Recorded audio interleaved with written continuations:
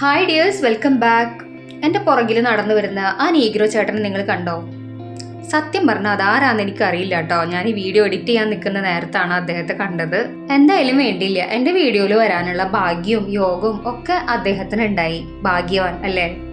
ബഹ്റൈനിലെ ഞാൻ കാണുന്ന കാഴ്ചകളും വിശേഷങ്ങളും ഒക്കെ എൻ്റെ സബ്സ്ക്രൈബേഴ്സിലേക്ക് ഷെയർ ചെയ്യുക എന്നുള്ള ഉദ്ദേശത്തിലാണ് കേട്ടോ ഞാൻ ഈ വീഡിയോസൊക്കെ ചെയ്യുന്നത്. ഇവിടെ ഇപ്പോൾ ചൂട് ഭയങ്കര കൂടുതലാണ് കേട്ടോ. സത്യം പറഞ്ഞാൽ അൺസഹിക്കബിൾ എന്ന് തന്നെ പറയാം. എൻ്റെ ഫേസ് എക്സ്പ്രഷൻ കണ്ടു കഴിഞ്ഞാൽ നിങ്ങൾക്ക് അത് ശരിക്കും മനസ്സിലാവും. വീഡിയോ എടുക്കാൻ വേണ്ടി മാത്രം ചിരിച്ചും കളിച്ചും ഒക്കെ നിൽക്കുകയാണ് കേട്ടോ ഞാൻ. പിന്നെ യൂട്യൂബിൽ ഒരു തുടക്കക്കാരി എന്നുള്ള നിലയ്ക്ക് എൻ്റെ വീഡിയോസിനുള്ള പോരായ്മകളും കുറവുകളും ഒക്കെ നിങ്ങൾ ചൂണ്ടിക്കാണിക്കുമെന്ന് ഞാൻ വിചാരിക്കുന്നു കേട്ടോ.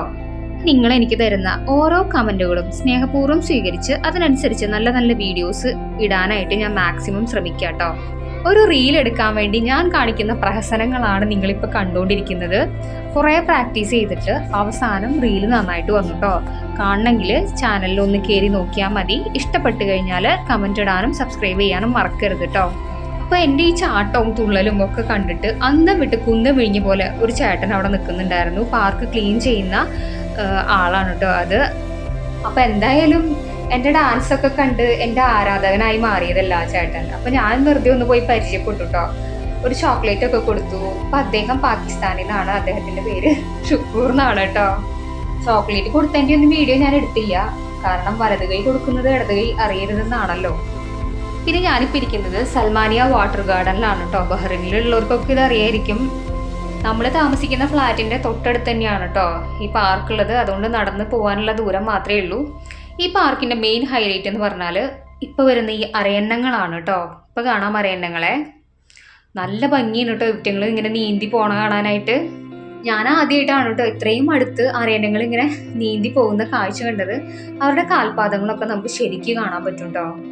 അപ്പോൾ നിങ്ങൾ ബഹ്റൈനിലുള്ളവർ ഇത് കണ്ടിട്ടില്ല എന്നുണ്ടെങ്കിൽ മസ്റ്റായിട്ട് കാണേണ്ട ഒരു കാഴ്ച തന്നെയാണ്. 300 ഫിൽസ് ആണ് കേട്ടോ എൻട്രി ഫീസ്. പിന്നെ ഈ കാഴ്ചകളൊക്കെ കാണാൻ നല്ല ഭംഗിയാണെങ്കിലും കൂടി നമുക്ക് കംഫർട്ടായിട്ട് ഇരിക്കാൻ പറ്റില്ല കേട്ടോ. കാരണം വേറൊന്നുമല്ല, ചൂട് തന്നെയാണ്. ഭയങ്കര ഹ്യൂമിഡിറ്റിയാണ്. ജൂൺ മുതൽ സെപ്റ്റംബർ വരെ ഇവിടെ ചൂട് ഭയങ്കര കൂടുതലാട്ടോ. 41 ഡിഗ്രി സെൽഷ്യസ് ആണ്. ശരിക്കും പറഞ്ഞാൽ എനിക്കിപ്പോൾ ഒരു ചാറ്റൽ മഴയൊക്കെ കൊണ്ട് ദാസേട്ടൻ്റെ ഒരു പാട്ടും കേട്ട് കട്ടൻ ചായയും കപ്പപ്പുഴുക്കൊക്കെ കഴിക്കാൻ തോന്നുകയാണ്.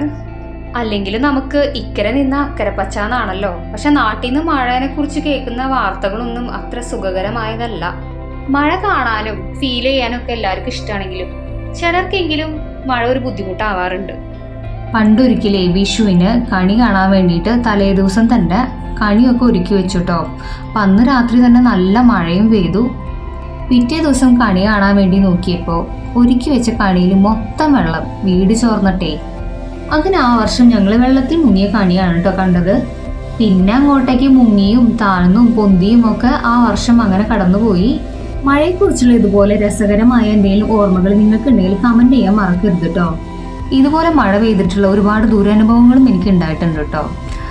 എന്നാലും മഴ എല്ലാവർക്കും ഇഷ്ടമാണ്, എനിക്കും ഇഷ്ടമാണ്. പിന്നെ നല്ല ഇടിവെട്ടും മഴയുള്ള രാത്രി എനിക്ക് ഭയങ്കര പേടിയാണ് കേട്ടോ. നാട്ടിൽ ഞാനും എൻ്റെ മോനും തനിച്ചായിരുന്നു ഞങ്ങളുടെ താമസം. അപ്പോൾ നല്ല ഇടിവെട്ടൊക്കെ വരുമ്പോൾ കറണ്ടും പോവുമല്ലോ.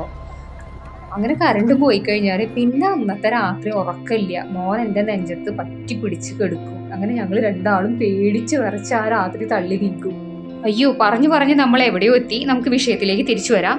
മെയിനായിട്ട് നമ്മൾ പാർക്കിൽ പോയത് മോന് സൈക്കിൾ ഓടിക്കാൻ വേണ്ടിയിട്ടാണ് കേട്ടോ. 2 വീൽസ് ഉള്ള നിന്നുകൊണ്ട് കാലുകൊണ്ട് തുഴഞ്ഞു പോകുന്ന ഒരു സൈക്കിൾ ഉണ്ടല്ലോ, എന്താ അതിന് പേര് പറയാ, സ്കിഡ് ഫ്യൂഷനോ മറ്റോ ആണ് അതിൻ്റെ പേര്. സൈക്കിള് മേടിച്ചിട്ട് കുറേ നാളായെങ്കിലും നമ്മുടെ ഫ്ലാറ്റിൽ അത് ഓടിക്കാനുള്ള സ്ഥല പരിമിതി ഉണ്ട് കേട്ടോ.